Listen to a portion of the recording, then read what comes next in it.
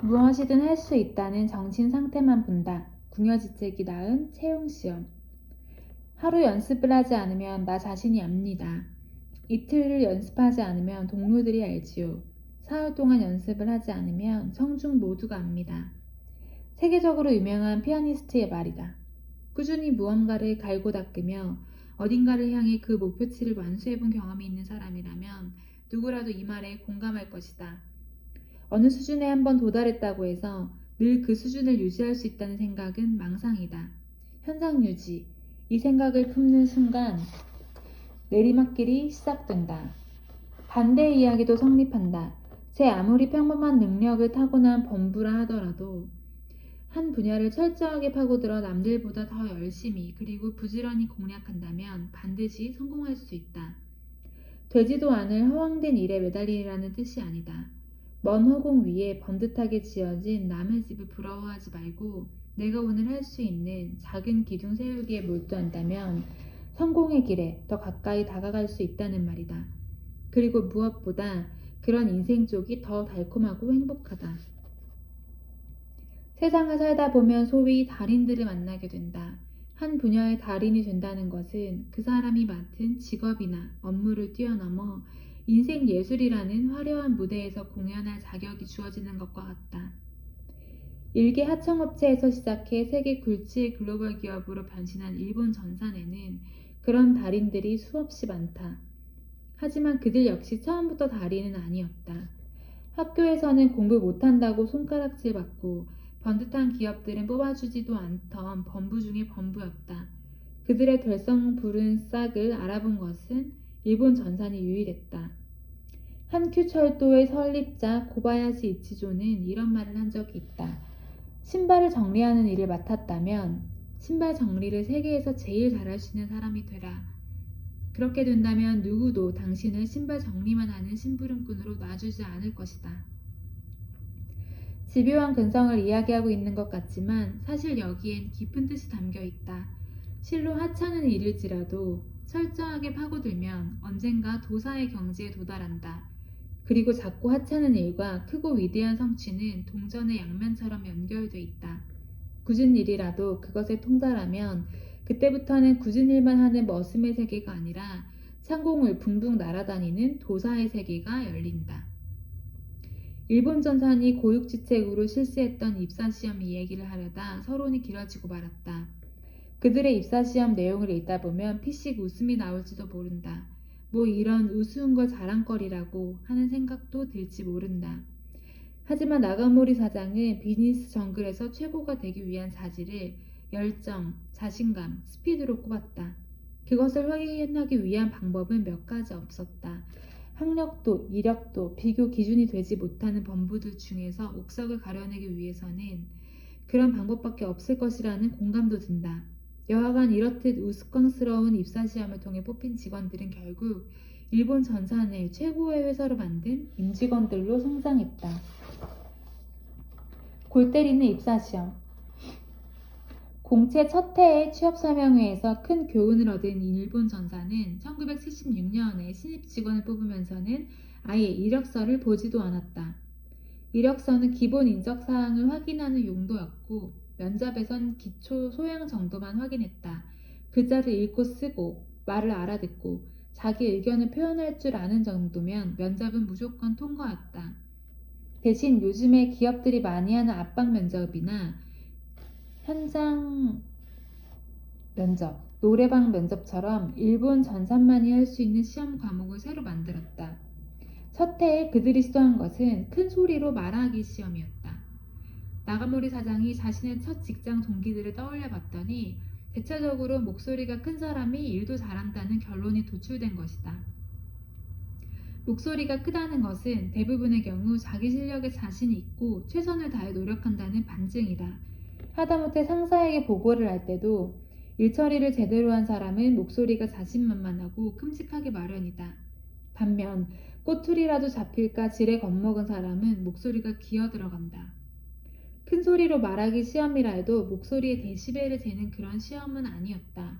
먼저 한 문장을 준비해두고 지원자들에게 순서대로 읽게 한다. 물론 큰 소리로 읽어야 한다는 요구사항은 알려주지 않은 상태다. 이번에 일본 전산 신입사원으로 입사하게 된 아무개입니다. 앞으로 잘 부탁드리겠습니다. 이런 문장을 일어서서 읽게 한다.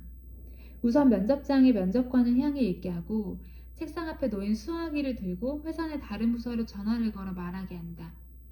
전화를 걸어 자기소개를 하고 상대방이 놀라거나 당황하지 않도록 말하고자 하는 바를 전달하려면 명료하면서도 예의 바른 태도가 기본이다. 단 2문장밖에 되지 않지만 면접관들의 날카로운 눈에는 그 사람이 그간 살아왔던 배경, 특유의 습관, 말버릇 등등이 걸려들게 마련이다. 무엇보다 가장 중요한 것은 자신감 있는 큰 목소리로 말하느냐 하는 것이다. 대부분 큰 소리로 자기 표현을 할 줄 알고 상대방이 당황하지 않도록 배려하며 말하는 경우는 요즘 흔히 말하는 설탕사원, 가정에서 지나치게 간섭받으며 자라거나 과부호되어서 직장 생활에 적응하지 못하는 젊은 직원 중엔 찾아보기 힘들다. 아주 간단한 것이지만 특히 전화하는 태도를 테스트해보면 그 사람의 많은 점을 알 수 있다. 큰 소리로 말할 수 있는 사람은 자신감이 있을 뿐만 아니라 실수했을 때 반성도 다르다. 그것은 곧 진보할 수 있는 가능성으로 표출된다. 이것이 나가모리 사장의 지론이다. 긍정적 태도를 점검하는 밥 빨리 먹기 시험. 두 번째로 일본 전산이 실행했던 입사시험은 밥 빨리 먹기 시험이었다. 이 시험은 1978년도 입사 전형에서 채택되었다. 응시자에게는 점심 식사를 제공한다고 했더니 이전에는 상상도 할 수 없었던 160명이나 되는 지원자가 몰려들었다. 물론 일본 전산이라는 기업이 주변에 꽤 알려진 덕택이었을 것이다.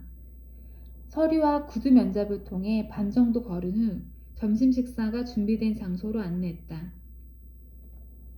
준비된 도시락은 음식점에 미리 특별히 주문한 것이었다. 뚜껑을 열어본 응시자들은 코웃음을 쳤다. 밥은 거의 돌처럼 단단하다고 표현해야 할 정도로 설익은 데다 반찬은 말린 오징어, 멸치볶음, 콩사반 같은 씹기 고약한 것들 뿐이었다. 당연히 응시자들은 미간을 찡그렸다. 그래도 호기 있게 구인 광고까지 낸 회사가 돈 좀 아껴보겠다고 이따위 부실한 음식을 준비하다니 실망이라는 표정이 역력했다. 당연히 응시자 대부분은 깨작깨작 먹는 둥 마는 둥 하거나 무엇을 어떻게 먹어야 할지 몰라 망연자실했다. 일본 전사는 이 밥 빨리 먹기 시험을 치르기 전에 전 직원을 대상으로 모의 실험을 한 적이 있다. 통상 10분 정도가 걸렸다. 그래서 합격선은 10분 정도로 잡고 가장 빨리 먹은 순서대로 33명을 무조건 합격시켰다. 제일 빨리 밥을 먹어치운 사람의 기록이 3분을 약간 넘었고 제일 늦은 사람은 식사가 시작된 지 40분 정도 후에야 식당을 나섰다. 점심 식사를 마친 응시자들이 본 시험 장소가 어디냐고 물어왔다. 담당관이 시험이 끝났다고 하니 멍한 표정으로 그대로 한참을 서 있는 응시자도 많았다고 한다. 한마디로 어이가 없다는 것이다. 개중에는 밥을 빨리 먹는 순서대로 채용을 하다니 말도 안 된다. 사람을 바보 취급해도 분수가 있지 뭐 이런 회사가 다 있냐 하고 화를 내며 시험장을 떠난 응시자도 있었다. 상상해보면 실로 가관이다. 아무것도 필요 없이 그저 밥을 빨리 먹는 순서대로라니. 어떤 응시자는 도시락에 손도 안 내고 인상만 쓰고 있고 어떤 사람은 반찬은 건너뛰고 밥만 먹기도 했다. 그러나 결국 재밌다는 표정, 활기찬 표정으로 호기 있게 먹어치운 사람이 최고라고 판단한 것이다. 눈치나 보고 시간만 끌고 있는 친구들은 자신감도 없게 마련이고 일을 시켜도 시원찮다는 결론이다. 고민할 것도 없이 빨리 먹는 순서대로 합격자를 선정했다. 이 입사 전형과 관련해서 일본 전사는 당시 지역신문의 기사를 통해 대대적인 빈축을 샀다. 누가 봐도 당연히 놀림감이 될 만한 일이었다. 성적은 전혀 보지 않고 전공 공부에 대해 제대로 물어보지도 않았다. 당연히 기대했던 질의응답이 없었으니 여러 예상 질문에 대한 답변을 준비해갔던 응시자들은 허탈했을 것이다. 일반인들이 봤을 땐 참으로 요상한 회사가 아닐 수 없다. 도시락을 10분 이내에 먹은 33명을 무조건 합격시켰으니 합격한 사람들도 당연히 깜짝 놀랐다. 합격자 중엔 대학에서 2, 3년씩 유급당한 학생들도 몇 명 있었지만 지금은 모두들 회사의 간부로 성장했다. 밥 빨리 먹기 시험을 도입한 이유는 간단했다. 밥을 빨리 먹는 사람은 일하는 것도 빠르다는 판단에서였다. 그런 유형은 대부분 결단력이 빠르고 동작이 빠르며 일하는 속도도 빠르다. 더불어 위가 튼튼해서 소화도 잘 시킨다. 건강한 신체를 포함해 갖춰야 할 기본기는 다 갖춘 사람들인 것이다. 나가모리 사장은 이제까지 치른 시험 중에서 가장 획기적이고 성공적이었던 것이 바로 이 밥 빨리 먹기 시험이라고 자신있게 말한다. 프로세스를 엿보는 화장실 청소 시험. 세 번째로 그들이 시행했던 시험은 변소 청소였다. 창업한 지 몇 년 되지 않은 1975년부터 일본 전산에는 신입사원이 들어오면 무조건 1년 동안 화장실 청소를 하는 것이 관행처럼 내려오고 있다. 그렇게 1년 정도 직접 자기 손으로 화장실 청소를 해보면 일단 화장실을 더럽게 쓰지 않게 된다. 그것이 일상으로 이어지면서 자신이 일하는 현장, 즉 사무실이나 공장에서도 정리정돈이 습관화되고 집기와 장비를 소중히 여기는 문화가 정착된다. 일본 전산에서는 청소를 모든 일의 기본이라고 생각한다. 청소를 못하는 사람은 제 아무리 잘났어도 큰일을 제대로 처리할 수 없다는 뜻이다. 그래서 평일 아침에도 조례를 하기 전까지 전 임직원들이 모두 모여 청소를 하는 경우가 많다. 다른 회사들이라면 청소 같은 허드렛 일쯤이야 용역업체에 맡기겠지만 일본 전산의 생각은 좀 다르다. 밑바닥 일을 제대로 할 수 있어야 모든 일을 잘할 수 있다는 것이다. 밑바닥 일을 제대로 경험하지 못하면 나중에 관리자로 성장했을 때 직원들을 제대로 통솔하기 어렵고 부하 직원들을 이해하기도 어렵다는 것이 이들의 지론이다. 그래서 아예 입사시험을 변소 청소로 치른 것이다. 그야말로 빈축을 살만한 일이었다. 실제 응시자 중에는 심한 모욕감을 표현하며 화를 내고 집으로 돌아가는 사람들도 있었다. 변소 청소나 하는 저급 인력 취급하다니 참을 수가 없다는 것이다. 하지만 그들이 이 시험을 치른 데는 다 이유가 있었다. 겉과 속이 일치하는 순수한 사람, 한치의 분량도 용납하지 않는 꼼꼼한 사람을 뽑기 위한 것이었다. 나가모리 사장은 말한다. 화장실 청소를 하는 걸 보면 그 사람의 겉과 속을 그대로 들여다볼 수 있습니다. 우리 회사가 꼽는 좋은 인재란 명문대학을 졸업한 사람이나 성적이 우수한 사람 혹은 인류기업 경력자가 아닙니다. 마음속에 불씨를 가지고 있어서 언제든 그것을 점화할 수 있는 사람입니다. 그런 불씨를 가진 사람이라면 화장실 청소처럼 남들이 싫어하는 일도 서슴없이 할 수 있어야 합니다. 어찌 보면 상식을 파괴한 시험이지만 직원 채용이나 교육 방법을 두고 고뇌하는 많은 사람들을 공감하게 하는 바다. 경영자의 능력이란 결국 사람이나 사물의 표리를 꿰뚫어 볼 수 있는 해안이다. 그런 면에서 이들의 경험담은 많은 이들에게 영감을 준다. 일본 전산이 이렇게까지 밑바닥일을 철저하게 체험하는 것은 이를 통해 제대로 자신의 꿈을 키울 줄 아는 직원을 양성하기 위해서다. 우선 공장이나 사무실을 청소하거나 하는 단순 반복적인 일에서 제대로 수련하지 않으면 매일 반복적으로 그런 일을 해야 하는 사람들의 심정을 헤아리지 못하는 사람이 되고 만다. 그리고 무엇보다 그 어떤 뛰어난 전략을 세우는데도 꼭 필요한 끈기와 집요함, 인내력 같은 것이 생길 리 만무하다. 아무리 훌륭한 대학에서 제대로 공부했다 해도 밑바닥 경험을 제대로 하지 않고서는 한 직장에서 오래 견뎌낼 수 없을 뿐더러 나중에 아랫사람을 제대로 부릴 수도 없다. 제대로 성장할 수 있도록 아랫사람을 키울 힘도 없다. 그러므로 화장실 청소 입사시험은 끝까지 책임지고 다른 사람 손이 안 가도록 일 처리하는 버릇을 확인함과 동시에 그런 것이 중요하다는 기업 문화를 처음부터 강하게 인식시킨 계기가 됐다. 컴퓨터실을 청소한다고 예를 들어보자. 보통 직원들에게 청소를 시키면 바닥을 쓸고 닦고 컴퓨터 모니터와 케이스를 닦는 정도에 그칠 것이다. 하지만 일본 전산 직원들은 컴퓨터를 모두 바닥에 내려놓고 구석구석 보이지 않는 부분에 쌓인 먼지까지 다 닦아낸 다음 컴퓨터를 닦아 제자리에 올려놓은 다음에야 바닥을 쓸고 닦는다. 근본적으로 문제를 일으킬 원인을 찾아 없애는 것, 그리고 상황에 맞는 가장 적절한 프로세스에 입각해 청소하는 버릇이 몸속 깊이 배어있는 것이다. 그렇게 사고하는 사람은 당연히 일반 직장인들과 생각하는 회로 자체가 다를 수밖에 없다. 청소 하나에서도 프로의식을 강조하는 이유를 이제 알 것 같은가? 진정한 프로가 된다는 것은 남들에게는 보이지 않는 곳까지 생각이 미치는 것이다.